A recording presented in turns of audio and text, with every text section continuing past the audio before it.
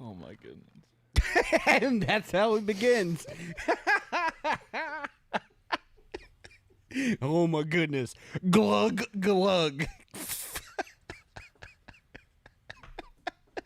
What's up, guys? Yes, we are milking this for every ounce that we can get out of it. Harley Sportster-est. Chase is dying. Oh my god. The timing. Bo gives me no countdown. He just, all I hear is click. I like to capture that raw, and it's the end of the show. All right, thanks, guys. All right. Guys. Woo! Welcome to episode 21.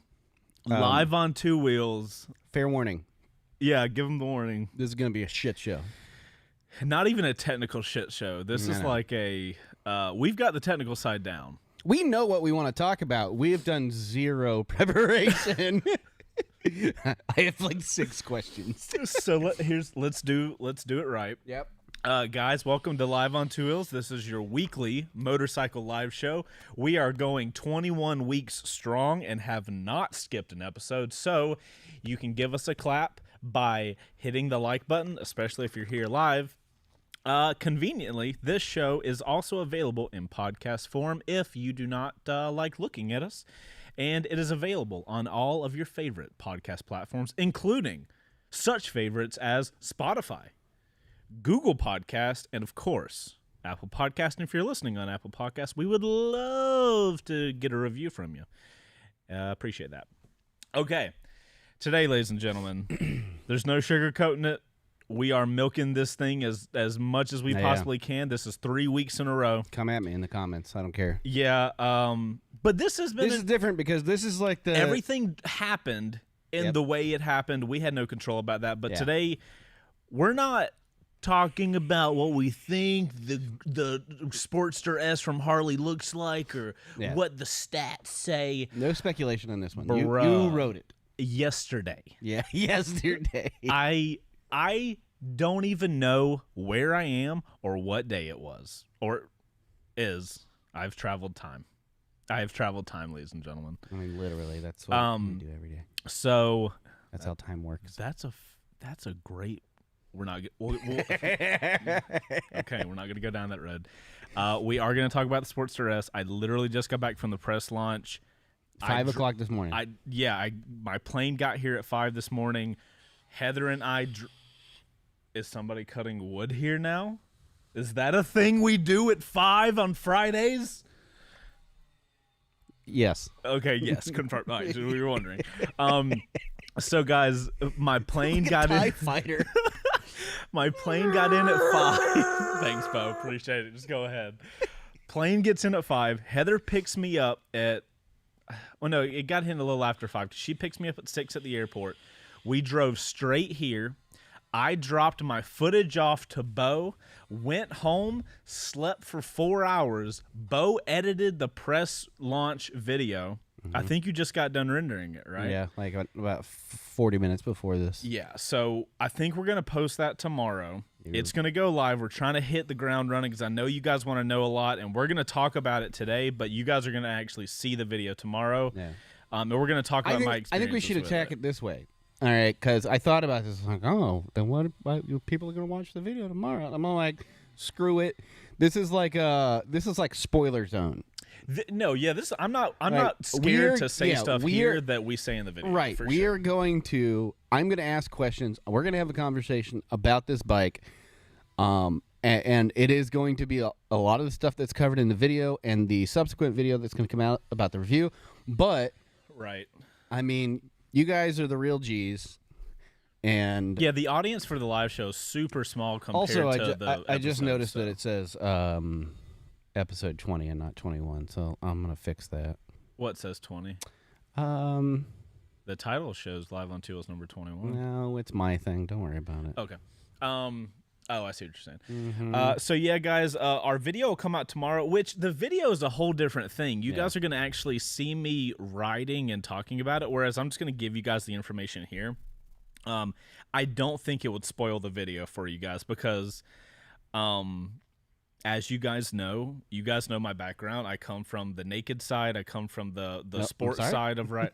I come from the. I was born You actually naked. should see him out there. He just like rides around in his birthday suit. Jeez, don't nobody want to see that. Butt naked so, wildies. So you guys know typically I'm riding naked bikes. I'm riding super sports. That's what I built my channel on. And that's one of the reasons we were so surprised that Harley sent me out there or asked us to come out, because I have no experience. That was my first ride on a Harley. I've never ridden a Harley before, so that was crazy. Mm-hmm. So I'm coming at this, and I noticed this when I was out there. I'm coming into this ride such a different perspective than everybody else that's there, including the other YouTubers that are there. But I also think that is so incredibly important. Mm-hmm. For one, just for the perspective, but for the perspective of the people that Harley is essentially pushing this bike to. Well, it's not just that. It's like you get a confirmation bias, a feedback loop. If you only invite people who are into that kind of thing to your thing, right, then chances are it's going to be a positive experience. You don't learn anything from it. You don't get a different perspective. Whereas if you go like, oh, you don't juggle? Why don't you come to our juggling convention and come check it out? It's like, I've Right. never juggled in my life, and come check it out. That's what happened with me with Dragon Con. And like, Really? I was like, oh, I'm like in a podunk town, in West Georgia. Right. And somebody's like, oh, there's this convention with all this nerd stuff and stuff, things like that. Right. So it's the same kind of, you're into motorcycles. Yeah, It doesn't matter if it's a cruiser or not. It just happens to be that you are into. Oh, it was definitely a cruiser, though. 100%. Oh, wait, before we get into it, guys, mullet update. Still got the hair. We thought we were going to cut it, and it was like, nope, not happening. So that's where we currently are. You guys are going to have to ask Miss C2Dub in the comments how far it's going to go, because it's basically her decision. Okay, so for the people listening and watching that don't know what the Sportster is, let's give a super brief understanding so people can kind of be updated. So for you guys that aren't really in the Harley space, which I think is a pretty large amount of our audience. First off, let's say I love your wife so much. She said I'm mullet gang for life. Neck tat, Love my neck wife. tat. So if you guys that don't know, over there. hey man, it is what it is. Embrace what you got. For you guys that don't know, the Harley Sportster S, the Sportster line is a classic line that Harley has had since 57. the 1950s. Got it. Okay. Yeah. It was really important back in the day, kind of groundbreaking line that really established Harley, I would say, right? Based on the stuff we've been talking about lately. Over the time, Harley has kind of moved away from the Sportster line, and it has become less of the, like, one of the least sales of the lines that they're currently selling. And recently they came out with their new Revolution Max engine, which is their brandy new engine that they kind of like planted this flag in the industry of like, hey, here's an adventure bike, you know, got everybody's attention with the Pan America. Yep. It's a adventure bike, relatively competitive looking adventure bike for the market from Harley Davidson, kind of, whoa, what the hell's going on over here? Breaking from their usual. Total. Like I was talking with some of the people out there. I honestly think they put the Pan America out because it would cause the most We've had this discussion on this show, like 100%. I think they were willing to take the loss if it never sold, but like a third of it. I don't think they even made the Pan America to sell the fucking bike. That's dude. what they literally did it as a publicity stunt to be like, they here's could be an like, engine. exactly. They want to be like, oh yeah, cool. Now that you're here, well, because imagine, there's another conversation I was having. Imagine if they just put the Rev Max engine, had never put the Pan America out, and then did the Sportster S. Everybody would be like this. That's a cool looking bike. Oh, new engine, cool. Yeah. But now after this Pan America thing, like, solid publicity move, if that's what it is. I mean, for all we've done research on it. I'm pretty sure that's all it was. It's a pretty good bike though. So it's kind of like a dual purpose. It's like, hey, we're gonna pull this publicity stunt, and at the same time have a relatively decent motorcycle. I don't know if it's as real competitive adventure wise with everything else in the class, but you're talking about a really competitive class. Well, somebody in the let's see who it was. It was Biker Bug said it. Pan Am's decent. It's not a beamer beater, but it's good. but it's not supposed to be an all Right, right. So anyway, Harley debuts this Rev Max engine with the Pan America. Then, second bike they're putting out with the Rev Max engine, also it's the Rev Max T. Yeah. So it's slightly modified. We'll talk about that in a minute. But they put it in the Sportster, so now you have the Sportster S, which is their like sporty platform. That is the bike that they did the press launch for. Now, I know a lot of you guys might think we're milking the Sportster S thing, but truly, it is literally how the cards played. Yeah. It's almost like Harley planned this shit Oh, because that's what we do. like they played us like they were playing 3D chess, and we're over here with checkers because we make a video about a bike that's about to be released, and just happenstantially, it gets released on a Thursday. So that next Thursday, we do our live show about it, and then the next week, I fly out to write it. Like, okay, fair move, Harley. I see what you're doing. Regardless, Well, so the interesting thing, the thing to take away, I like to look at these moves from like a Baldur's Gate style view, where I'm not like bird's eye, but I'm not familiar with what you're talking about. you know those old isometric RPG games where it's like a little bit up in the sky. It's kind of like like Final Diablo Fantasy Tactics. No. So this is like, think like Diablo. Oh, so a little like a drone following you. Exactly. So Okay. I like to look at it from that. So I'm not super high up, and it's not just like Right. what I can. You're not playing a war tactics Right. game. So when I see them do this, like this kind of playing the game ahead of the players, I think like, well, that's so much different than what they have consistently done in the past, because Right. Harley Davidson for the longest time has been 100% a name icon. That's what they've built their brand on. So when it's time to like push a new thing, they go grab the flashiest, newest, heartthrob and put them in Harley gear and throw bikes at them and say, let's make content with that people. The Pan America and the Sportster S are the first time I've seen where there's a heavy focus on content creator and social media interaction. There were still magazine people there, but no, and it was still mostly magazine Yeah. people there. It was but that feels the exact same as all the other press launches we've been going to. Yeah. We are outweighted. We being the media independent YouTube side. content creator.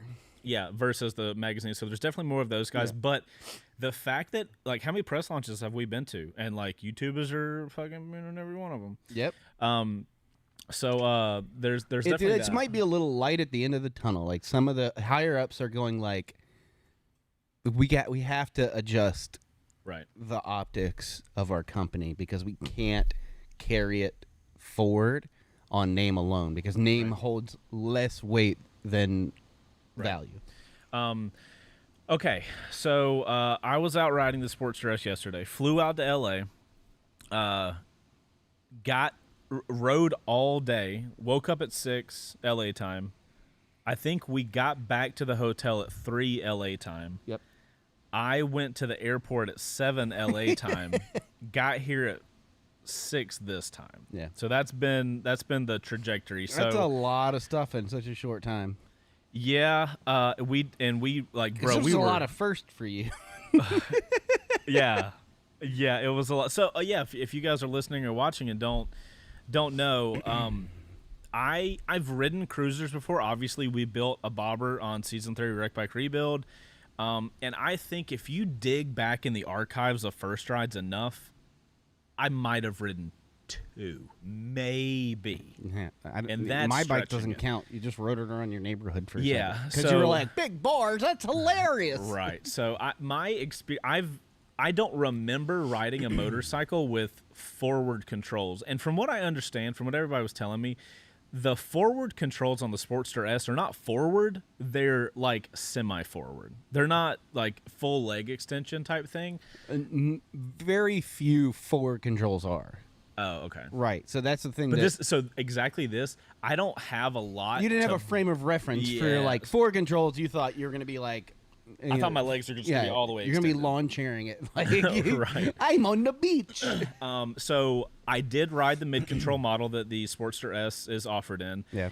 And I got to tell you guys. Well, so I already know that the mid controls are where it's at as far as you're concerned. Well, something I wanted to say is because of where this bike is. Yeah. I really feel I don't know why. Obviously, I didn't talk specifically to Harley about this or why they made the decision they did, but as a motorcycle that, from my perspective, is this big fancy door that you can open up into a whole new world of motorcycling. If you are going to make that bike for that purpose, which I really think they did, why would you not offer that bike to where if Chase goes to a Harley dealer, you know, I walk in the door and I'm like, guys, I love the Sportster S. I want it. I've never ridden a cruiser before. I would like it in mid-control model. Because I have to do that, I now have to pay $800 for mid-controls. I wish they'd have offered it. Which one do you want? I think. And then let's. I think even like let's just scrub that. Like you have the choice to change it. I'd say keep that. They should have released this with mid controls. Like every. Oh, you think period? It should have been mid control. And then have the option for. Interesting. Like that's the biggest thing that I think they did wrong. I want to say that, but I didn't want to be biased in how I like riding. So like the Sportster and like the old Dynas and stuff, mid controls were where it's at. Like my bike, I have my controls forward 7 inches, which was fine when I had T-bars on it. Yeah. But then I put big bars on it, and now I'm like this. So like mid controls give you that plant and allow you to like muscle the bike around, especially with a super torquey engine. Like you want to have some fun on it. You don't want to be like. Well, so here's a question I had because I spent the way we kind of broke the day up, guys, just to give you guys kind of an idea of what the riding was like. From 6 to 9, we woke up and kind of did some downtown LA stuff, but it was all for photos and videos, like just it's how press launches go. And I had a mid-control bike that morning. Yeah. I recorded that in the video because that was going to be the first time I was riding on the motorcycle. And I was on the mid-control bike. Loved every second of it. It was a super... It wasn't like super comfortable because it was still a little weird. My feet were still in a position that I wasn't used to. But I definitely... Like, I was able to get on that bike and, like, you know, within 5 minutes, I was like, okay, cool, this is how this goes. Then later in the day, you know, we got back, had breakfast, and then we went out for the actual ride. And when we went out for the actual ride, it was going to be city stuff on the way to Canyons, which, bro, by the way, from downtown LA to Canyons It's like is 10 like minutes. Yeah. Yeah. I'm like, what is happening in the world? That is the best part of LA. So like I was telling Heather this. LA I just is fist bumped Anthony because he just. Oh, thank you, Anthony. So I was telling Heather this because I've never been to LA. No. So everybody has this perception of LA. LA is not my vibe. We were talking about that before. It's a dirty, broken city, and I love it. It is. That is, and you said that without me saying anything. Yeah. It is a dirty, broken, disgusting city, and not That's my its thing. charm. I guess, but the fact that was probably one of the biggest things early on is like within 15 minutes you're on like legit roads. Like I would take a lunch break to do that every day if Blood Mountain or Richard B. Russell was that close. Yeah. Anyway. So we get back, had lunch at 9:30. We rolled out, and I was on the regular control model. So it's regular or mid controls. That's I'm not going to say forward because it's not really forward controls. It's just the default. It technically is. It's whatever the bike comes with. Yeah. Honestly. So we go and we get to the kind of curvy roads, and guys, Harley created this route. They created a route for a cruiser bike, and they take you straight to the friggin' technical riding. Mm-hmm. I'm like, okay, ballsy move for a bike that is not really made to do that. My plan was once we got into the mountains, I was going to swap with one of the other journalists and get a mid-control bike because I felt like I would have a more enjoyable time with the mid-controls, in technical riding.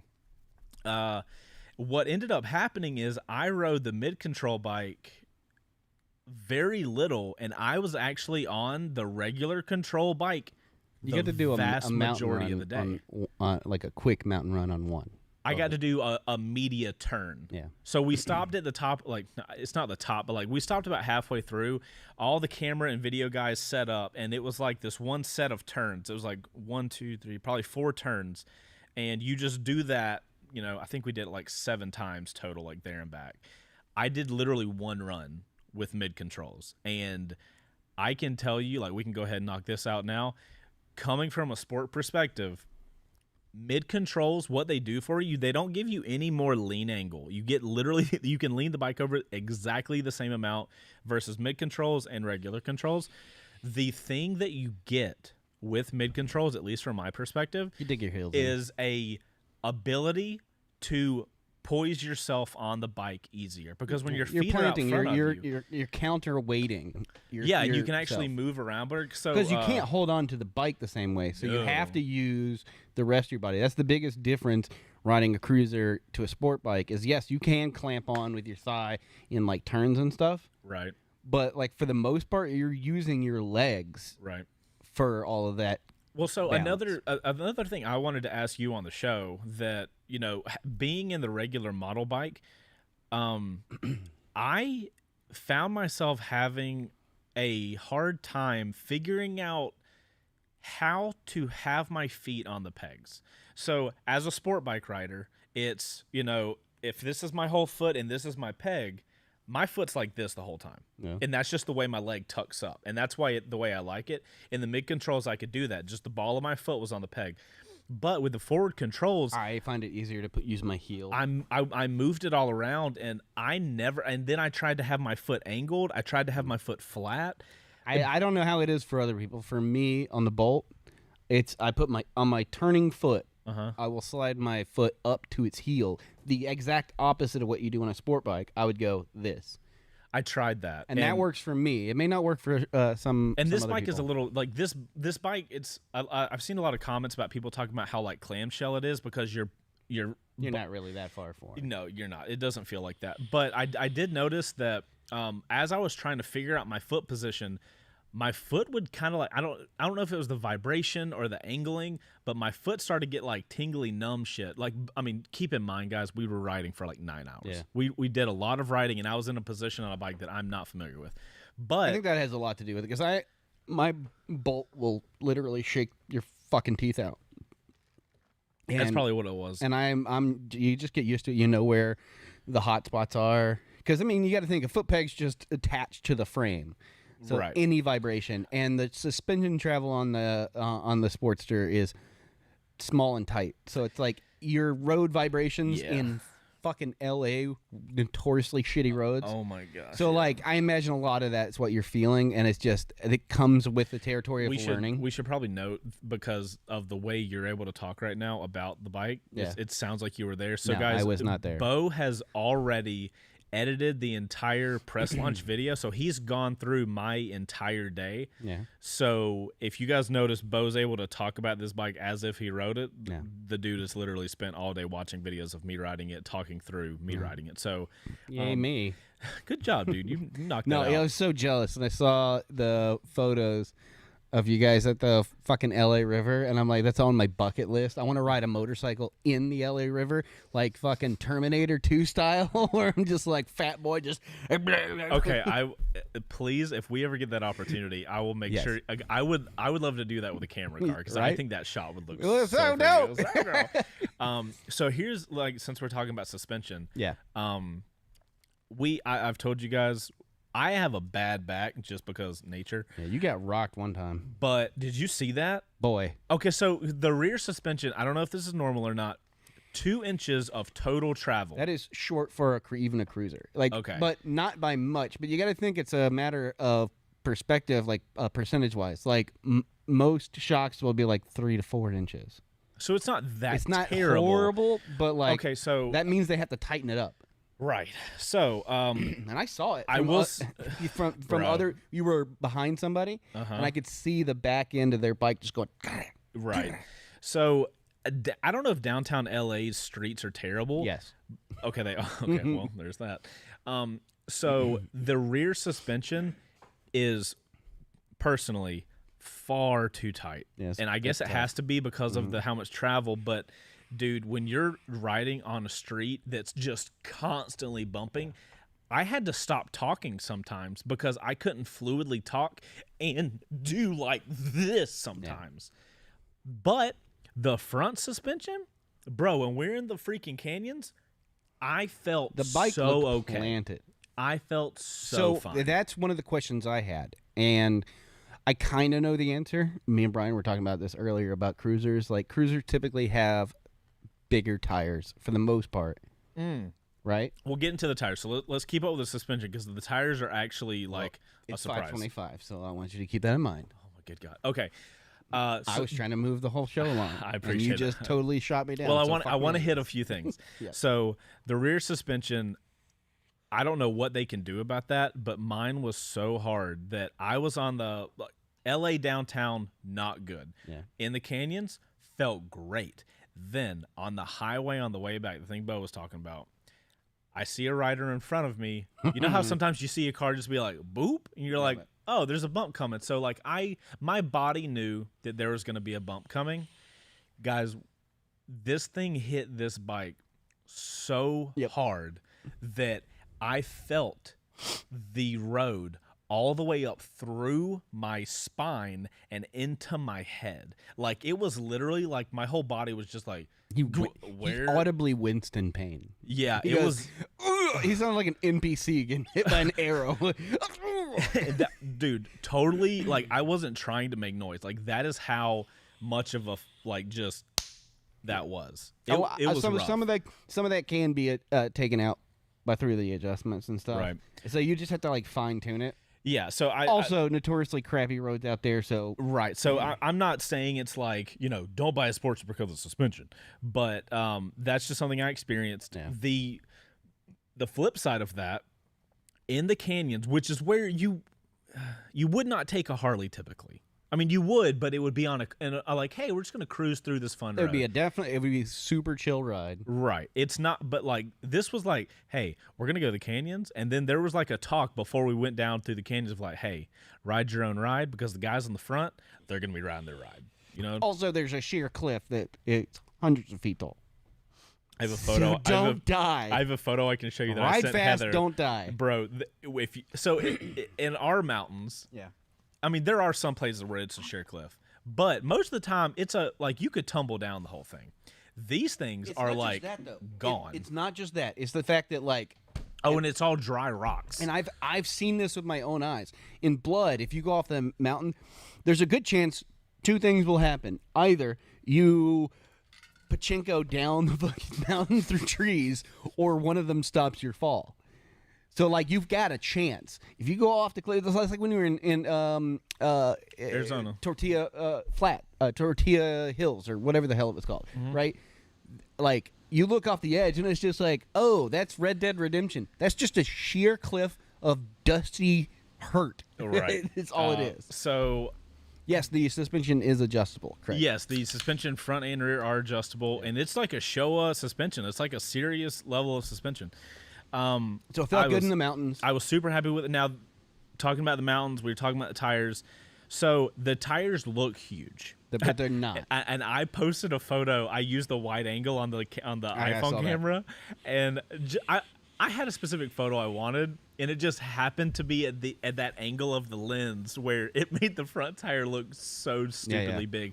Here's the thing: the front tire's big. It's a 160, but the way the tire is shaped, bigger than some rear. the way the tire is shaped, though, is it's very tall. Yeah.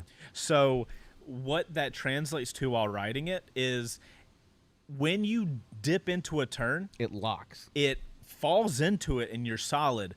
But the thing that Takes gets a little bit complicated effort. is when you go from left. It's not like left. Exactly slowly the come same on the up, Chief Bobber. Slowly come right. When you go from I'm over here, boom, I'm over here. That going from left to right is what I'm doing. Me and Marvel Cat had this conversation about the Chief Bobber. He preferred the Chief because it has the narrow tire. I preferred the Bobber's tires because I like that feeling of like having a little bit more meat. So when you get locked in, it takes a little bit more effort to get it over. But once you get it into its spot, it's just like thunk. Well, I mean, I would rather have the security of feeling planted in my turn because realistically, as long as you're not at a track, most roads are not going to have super quick back and forths. They'll happen, but it's going to be rare comparative to the amount of times you're going to be sitting there locked into a turn. Yeah. So the wheel is big. I do feel like it. Excuse me. I feel like it matches the look of the bike. The aesthetic, and that is also a smaller bike than I thought. Bro, so that picture of Blockhead. There's a photo.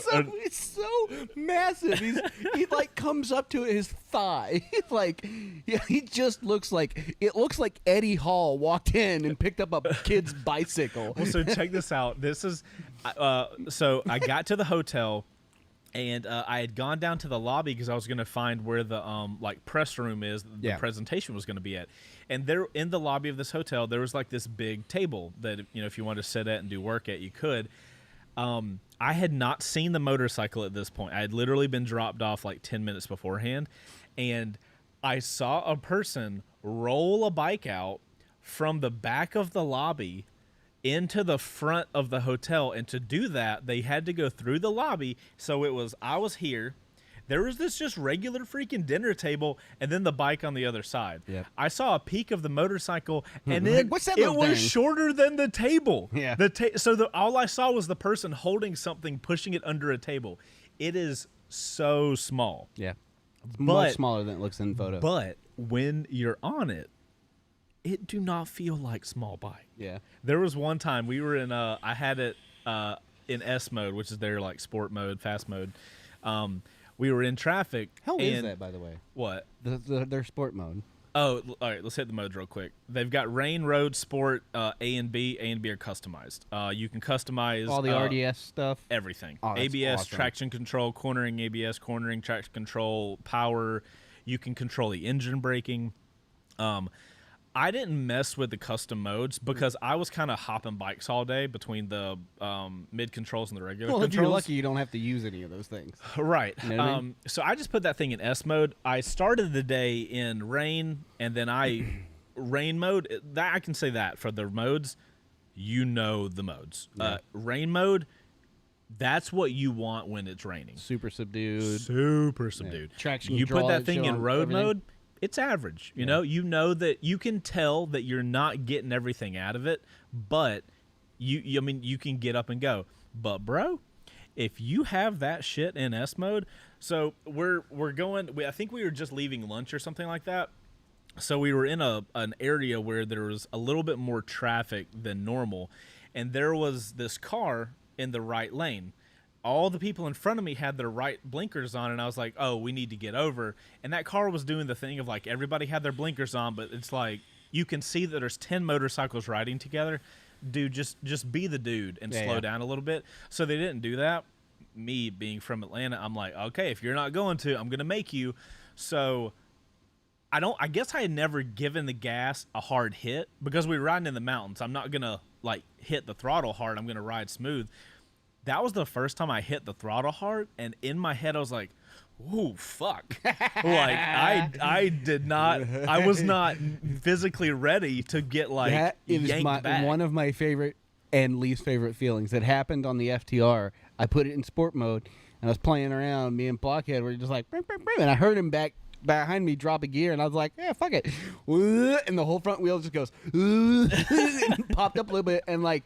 There's an amount of vacuous suction that happens between you and the seat. You're just like, I'm going to die. Well, no, it was just, you know, I think too many people use the term, but it was truly a butt pucker moment. Like, it was literally that situation. Like, I did not sign on for this amount of power right now. So I am very happy with the modes. And I've said in countless first rides, if you're gonna do modes, they need to be entirely different. And if we're gonna be honest, you need 3 modes. You need rain, normal, and I want to go fast. You don't need any more modes than that. And if you do, It just needs to be custom modes. You can Well, so like on the Pan America, they have those, and then like it makes sense. It's contextual. They have like a dirt mode. right. Yeah. So Right. if it's a very hyper specific Yeah. bike like that, absolutely. But in general, I think Harley absolutely nailed the modes on it. You can entirely tell the differences. By the perfect example, by the end of the day, when I had been riding for like 8 hours at that point. We had an hour left. I was like, bro, I can't handle sport mode right now. Yeah. I put it in road mode, and that's when I was doing that little piece to camera at the end of the day. I put that thing in road mode, and I felt like, okay, cool. Okay, I so can just ride. Having said that, then this goes to one of my questions because like you've ridden the original FTR 1200, and on paper, like you look at these bikes, and aside from the rider triangle, like they're the closest competitors to each other, like power and all that stuff. Like how does it compare performance wise? Not like the style of riding, because that's going to be different because the rider triangle is different. But like power delivery, smoothness, the power band, So braking, those kind of things. This bike felt more grunty, but the FTR will feel way faster because of the triangle. Okay, though. so like that's what you would expect from a cruiser to a standard. Well, even So if, I like hearing that because that means that Right. like they fit their own. I was gonna say that's the way they should be, because if Yeah. you gave me the power delivery of an FTR in this thing, it would not fit the way I am as the rider on Right. the motorcycle. I honestly, after riding it all day, the only time where I felt not really digging the power delivery was in the city in sport mode. Because it wanted to be. Because it does that kind of Ducati thing where if I'm just like, hey dude, I just want to go That's like most ride I just by want wire, to go though. like 35. You know what I mean? That's it. I just want to go 35. I felt And that it's way like, on the Chief. I felt that way on the Chieftain. I felt that way on the Scout, the FTR. I felt that like that is a ride by wire kind of thing where it's like, okay, you can tell if I put you in the I want to fucking go fast mode, Right. you want to go fast. I mean, and granted, I could have probably put it in rain mode. Yeah. But like, who the hell wants to be like, oh, I'm in the city. Yeah. Let me go like boop boop boop. Put it in rain mode. I feel like I would ride that bike always in sport mode. Yeah. If it was raining, I might put it in rain mode. And then if I was just riding and for reason exhausted, I'd put it in road mode. In road mode. That That seems pretty standard. Yeah, for those kind of, I was telling the guys at Harley, I was like, you guys did a fucking bang up job on the modes, because like that's such a good thing to hear because like yeah. me and Brian before you got here, we were just like looking through some of the footage and just like looking at it, and it's like looking at some of the things they've done. It's like, man, this is not the Harley we've seen in the last like 10 years. Like they're making like That's the whole point though, right? like the display, the TFT, the infotainment thing, the performance, I can talk on the TFT real quick because the fact that the engine is a structural component to the frame, another like really cool thing. there's just so many choices they've made in this. It's like, so saying all that before you get into the TFT, I don't want to do that briefly because we want to keep it moving on that. Right. Just as a note, it's 5:38. So like, yeah, exactly. I'm trying to be aware of time since you're dead to the world. Yeah.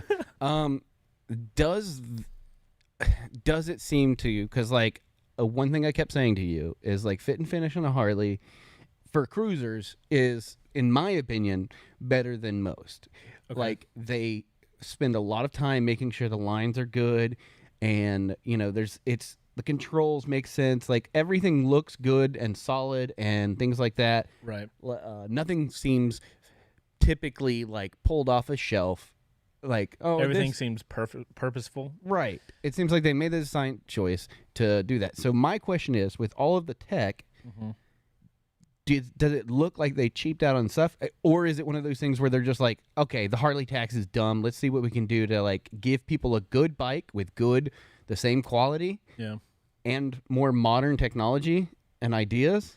I'm trying to think of anything that felt out of place. I think the only thing that you said was like the turn signal button, but that's a new thing for them because on every other Harley, it's a switch on each side. One for the right, one I for the heard left. some people talking about that. So in the Pan America had it where so this is a relatively new thing. So I expect that to be a little mushy and they'll get it right. But like right.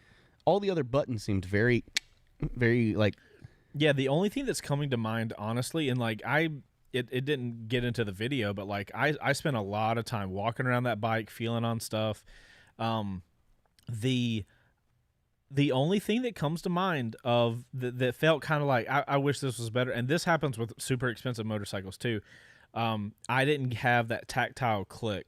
So like, and I also didn't really like the placement of the turn signals. Yeah. They did the thing, if I remember correctly, it's Honda does this. If you watch the first rides on Hondas, I hit the horn a lot. Yep. If you put the turn signals and the horn in the right way, it's hard to get to them. Yeah. I think what it hit, we were riding in a big group, so I was trying not to hit the horn. So every time I would hit the turn signal, I'm like hitting it. I'm like, did I hit it? And it's just like, I can feel a marshmallow that I'm touching right now. I couldn't really tell. So I would like to see that. I will say the bike has a ton of buttons. Luckily, most of the ones on the right side, other than the ones to start the bike, are all like media. So like start your song, skip song. So they use the same like directional pad on the left side for like the menuing and stuff like that. So my experience with Harley infotainment stuff is that the menus are not super intuitive. But once you know where they are and understand the button layout, then it makes sense. So I didn't have a problem. Okay. I think that like I said with the dash, I feel like they did a relatively good job with the sheer amount of information that they just naturally have to show there because of what they're offering. Okay. I think they did a pretty good job of it. The display is phenomenal. The display. The display is phenomenal. That was the first word mess up I've had today, and I feel pretty good about that. Yeah. I think they did a good job with the display. I feel like they could have. There's just so many buttons. Yeah, there's a lot of buttons. And like Triumph. Perfect example of evolving as we speak. I'm trying to get there, guys. Triumph does a really good job of having few buttons, lots of ability though. I like Indians. It's 2 switches on the side and then 1 little button on the thumb. Really? Yeah. So I'm really interested to see the Indians like info stuff because you've been talking a lot about that, and Harley's really the first company that I've seen to do as great, much. And it has a lot in it. Indian is in my experience is much easier to like just jump in and. Well, so that's the thing about controls though is if you're gonna buy a motorcycle, that display looks. It's going to take what a week. Yeah. Of using everything. I mean, once you get it, once you, it doesn't even matter. But all words, even the most complicated system, once you get to know it, is fine. So, like, all right. So it seems to me, from watching what you've experienced and seeing where they're aiming this bike at, that it seems like Harley tax is less of a concern in this. The quality seems. It expect. Seems like a polished bike for like sure. a premium product. Yeah, absolutely. It looked it. So I love the way it looks. All of your footage from the R5, all the slow-mo stuff, like looking at every little angle because I've had to look over it like a bunch of times. Right. It's like it's exactly what I expect, and the price, though still in the upper, levels of pricing, $15,000 MSRP is still competitive to the rest of the market in that space, and that's not something I would have expected without cheaping out on the materials. Oh, so you're saying did they still give you that premium brand for that relatively lower price? Right. Yeah. I mean the introduction of RDRS as a standard piece of equipment is amazing to me too, because like that is an optional model in the touring bikes, which I think is fucking stupid. This is a bike that they want you to tour on. That should come standard, and the fact that it's standard on the Sportster S, which I think is cool. So, like all of this being said, and this is my horrible way to segue into the next question I had. You've taken the long way. Yeah. You went in and in this whole thing with kind of a slightly preconceived notion of Harley because of your experience as a dealership, which is fine, because that's the only interaction you had. And that's been my only criticism is the dealership stuff. So now having seen the bike, seen what direction they're kind of heading, and met people at Harley proper, we'll call it. Yeah, actual like Harley people, not Harley people.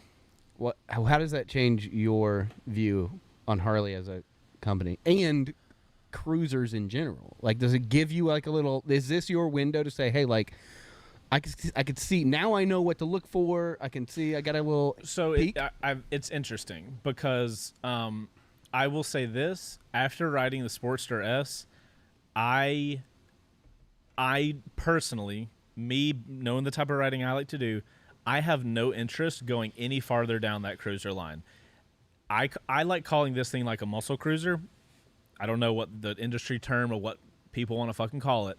I like calling it a muscle cruiser or a sport cruiser because, like, I can get on this as a person that likes riding aggressively and sporty sometimes. I can get on this, have that, whatever the vibe is that you get from sitting like this with your feet either underneath or in forward. This is actually just ammunition for me to find bikes like that because this is an important thing. Mid-controlled cruisers typically have that feeling. I now know I prefer mid-controls. So like, in that. Like the Sporties, the Yamaha Bolts, the Dynas, all of these bikes have a more sporty feel because you're sitting in a chair, you're not lounging in a chair. Right. And okay, that's a very good way to describe that. So, but I mean, like, this was a whole new experience for you because, like, this is not the tip. Basically, what it comes down to is, like, do you see now, like, when I ride with you in the mountains on the Bolt? I realize your limitation now. Well, 100%. Yeah, you realize the limitation, but you also realize why I butt right up against that limitation.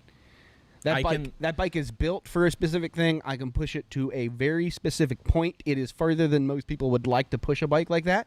Right. I've watched your GoPro. I know what you did up there. So you were hitting that wall. Tell the people, did I put the sport in Sportster? Bro. Now, when I tell you this, Go see the video tomorrow. Papa was so proud watching him in the canyons, actual canyons, just banking it. Dude, I full tilt. It was so good. So yeah. now you see that like that limitation that cruisers have in the mountains, but I mean, like, once you get to that, like you can have a lot of fun. Well, so I think that it is a different kind of ride in the mountains.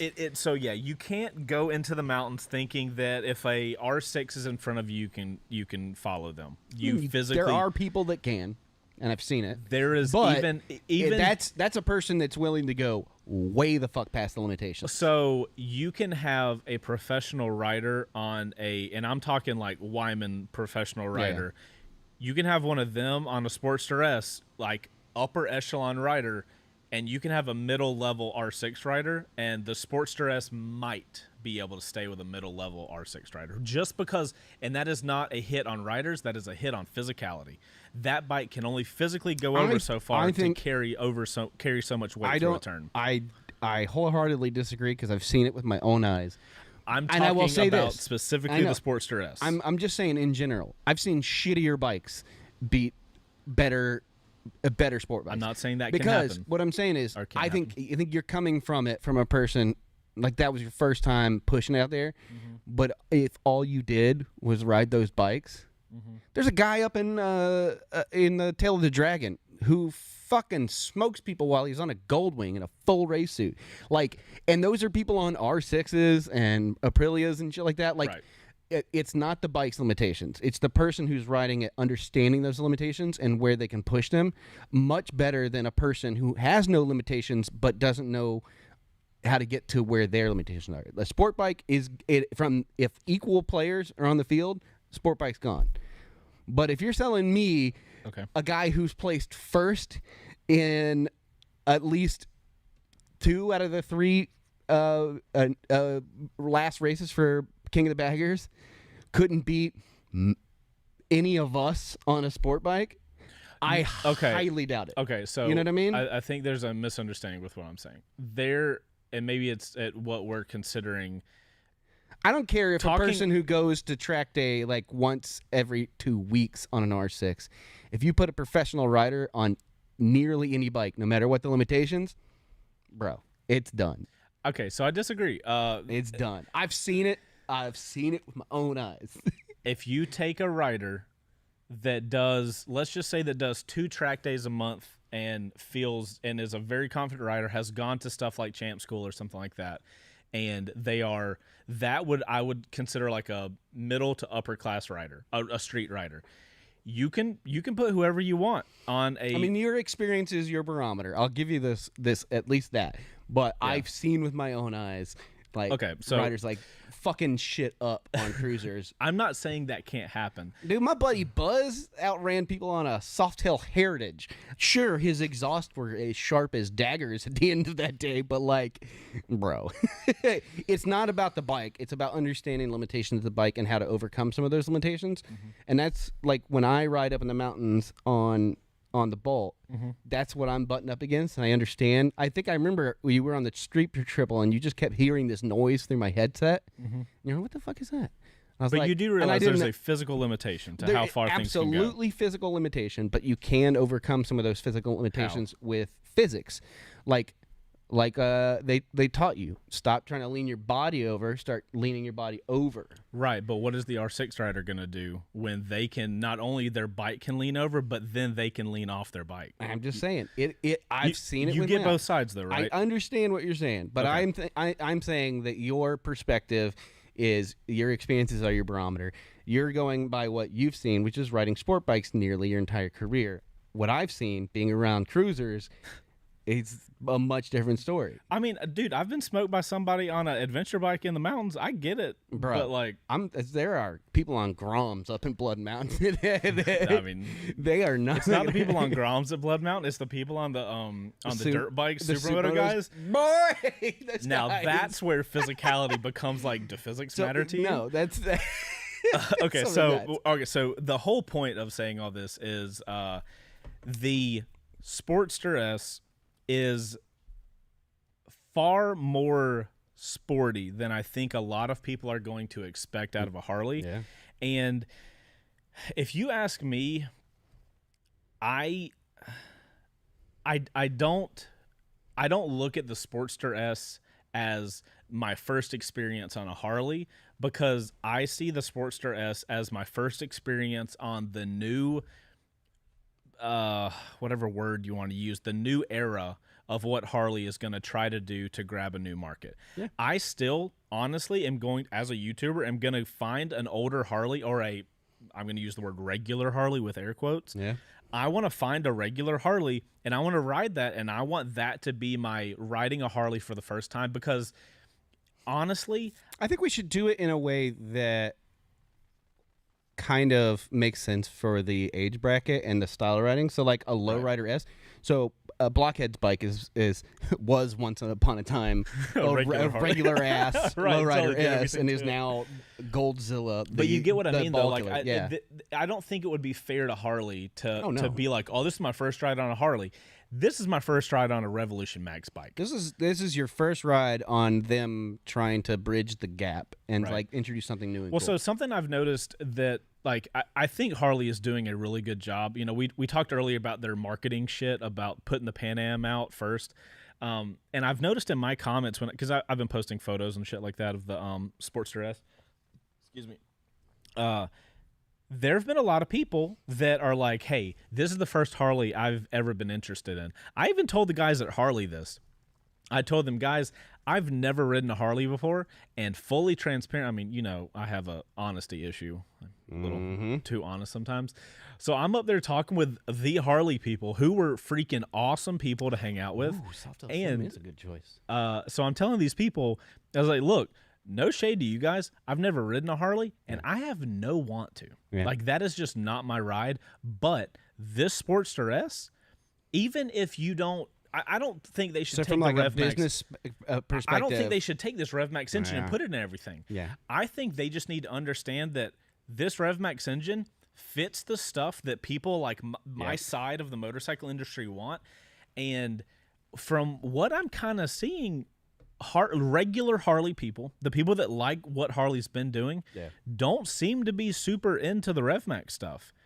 That's but fine. Is that not the whole fucking point? Like they we have talked an about that on entire our last line. stream. It was like this is them going like, all right, top end of the scale. That's for Harley guys. No, you have the old Harley shit Yep. and you have new Harley shit. I'm not saying the new is better than the old. I'm saying they need to be looked at as two entirely separate things. That goes. I mean, like we're pretty much calling it in the air, right? Like we're saying like this. We looked at the models like the last stream and said, clearly what they're trying to do is like split the diff, right? So this is why I really want to, and if possible, as soon as we can. I know we've got a lot of videos that like are super necessary that we have to get to that can't really talk about yet.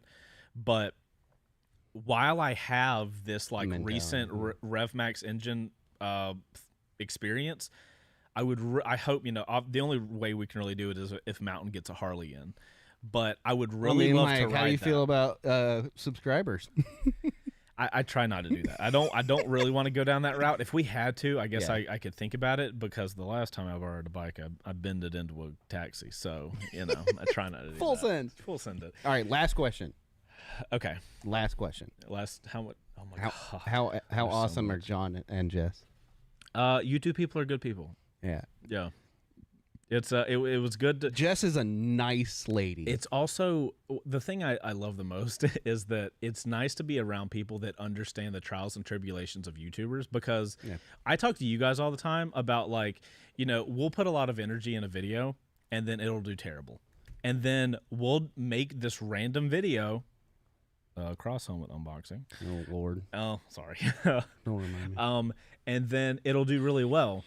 And I mean, you guys hear me talk. I don't really talk about it publicly, but like, I'm like, you get that kind of wordy in the back of your head where you make a video that you thought was going to be a solid video, and then it tanks, and you're like, here goes the channel. 11 years, and like obviously we had the hack of the channel, so we're still fighting back from that.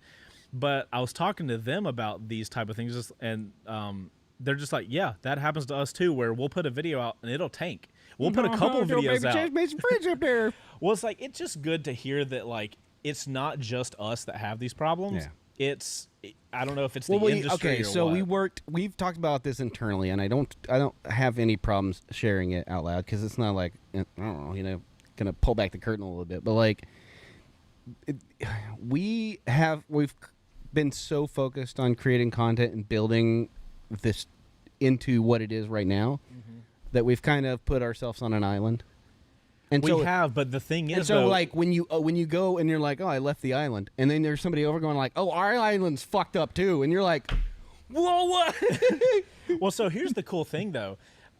This is getting a little behind the curtain. I don't know how much you guys care, but I think it was like 3 or 4 months ago, me and you, we literally scheduled a day to sit in here with a whiteboard and come out with a, hey, channel's not looking good. Yeah. We really need to fix that. And we came up with like a 3 to 4 month plan, and we're on month 4.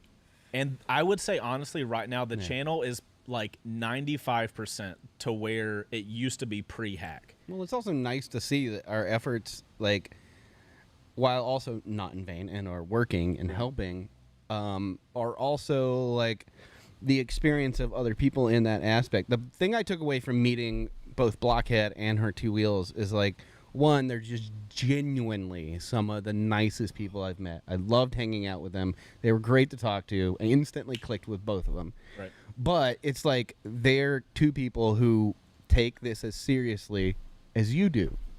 Yeah. And then, that's so really cool they have the same trials, tribulations, and stuff like that. And so when you get to hang out with them, and even me as like a kind of tertiary party to this, where I'm editing and I'm kind of a part of it, but not in the most direct way, like even...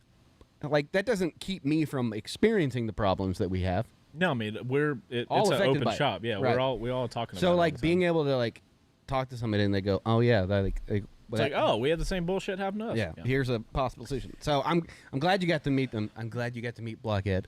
Also, when is he bringing up Goldzilla? You're gonna have to talk to Walkhead about that. Let's go. I've already done the. I've told him we need to do Let's first. long dart chase off the back of Goldzilla. Let's do it. You know, thinking about it, I You probably better grip tape your ass to that seat. I probably shouldn't have said this on a live show because now it's public. I should have just not said anything because now people are gonna. I'll kidnap you and take you down there, son. No, we need him to bring it up so we can do the camera car. Can you imagine how cool? We can do it in Florida. There's nothing in the way, and it's just straight. We can get so much good tracking shots. Let me go ahead and tell you right now, I'm not traveling for so long. It's going. Did you do it? Was that it for the year? Bro, I'm done. No, truly. Yeah. I might be done. You're not for a the traveler. But I'm glad that you did this.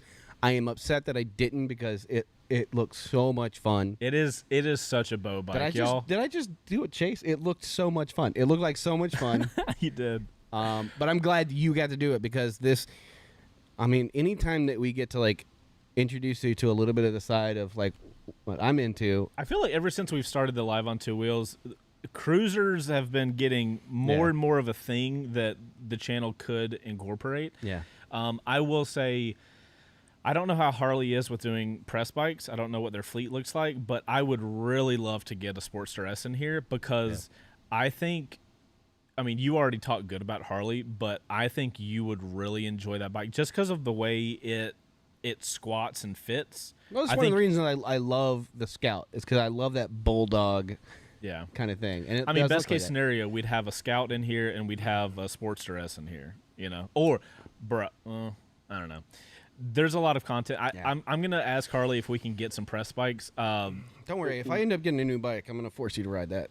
You don't got to force me at all. No, I've showed you. No, I've showed you. I will go to LA and ride anything I'm told to. I have tried for years for you to do a first ride on the Bolt, and now it's dying. So it's like it can't be done. The opportunity is gone. Years. I've had that bike since 2015. I have no excuse for that. I'm so sorry. All right. Well, let's wrap this bitch up so I can get home. Okay. So final thoughts. I think the Sportster S is a phenomenal motorcycle for non-Harley riders that like sport riding and want to dip their toe in a cruiser-esque platform. I don't really consider it a cruiser because to me, cruisers are the big old thing. This is that muscle cruiser, a sport cruiser, whatever you want to call it. I'm looking forward to then. What? Them building other bikes off, like other Sportsters. I mean, sorry, what? Other Sportsters. Like I want to see an actual cruiser version using the motor. I'm not. Like a new Iron 1200. I don't want to get in trouble. Uh-oh. Hold on. Let me give me a moment. Let me think about how to say this. Uh-oh. Harley did not confirm or deny what future plans for more entry-level models may a new Iron be. I think I can say that. A new Iron. They didn't tell us anything. I've been saying it for weeks now. I'm like, this is just the beginning. Wait till you see the rest of what the Sportster is going to come out with. Let's do it. Okay, so let's do it. As a from the position I'm coming from, I think Harley is making some phenomenal moves for the first time in 12 years of being in the motorcycle industry. I am interested in what Harley's doing. Yeah. This is literally the first time where anybody where somebody could say something Harley Davidson, and I'm like, say what they're doing, you know, like that's the first time. And I think there's a lot of people in our space that are feeling like that. Yeah. And I'm gonna be really interested once this thing starts hitting dealerships. People can go and sit on them, do test rides, or do like the demo ride thing. Yeah, I think you're gonna see. I think Harley honestly is going to bring in a whole new segment of people. Yeah. I don't think they're going to sign on for this like, ooh, Harley Davidson, They're going to be like, no, it's a Sportster S. This is what I do. I think that's the smart way. I think that's where the market is going. We've discussed this before. Yeah, is people care less about the name and what you bring to the table. Value it's more for about money. What they're on top of. Value for money. And guys, with that.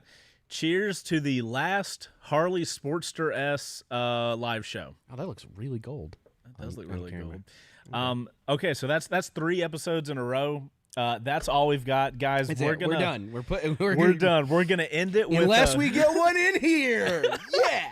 Even then, what else can we say?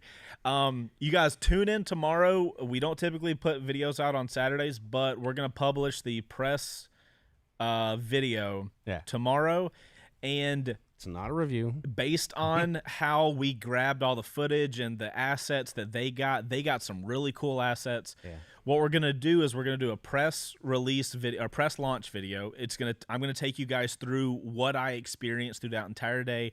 We're gonna talk a little bit about the bike, and then the way we've decided to run it is we're going to do a review, maybe the next week, maybe a week after that, of taking all of these thoughts that I had. I even gave myself notes. All of these thoughts right here. Yeah. We're gonna take all of those notes. And I think the best way to do it is put it in like a succinct video that gives you guys just the review on the bike. So we do have a couple pieces of content coming out about the Sportster S. And then if we're lucky enough to get one in the shop, obviously we'll do a lot more content at that point. I know a lot of you guys were asking if we're going to do a first ride on it.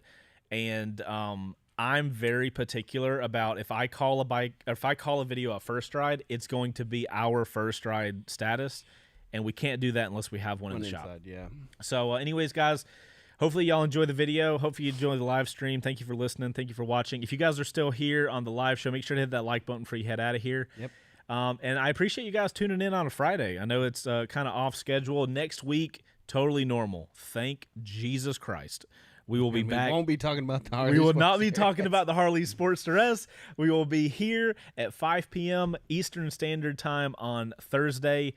And we look forward to hanging out with you guys. I look forward to Thursdays, man. It's a fun, cool thing for us here, and we really appreciate you guys hanging out or just listening. However you guys are taking the content in. Hopefully you guys are enjoying it too. And I'm gonna cut you off again just to piss that one guy off. So there you go. Have a good day, guys. See you later. Later, guys. We'll see you guys next week. Play the outro this time. I'm gonna play the fucking outro this time.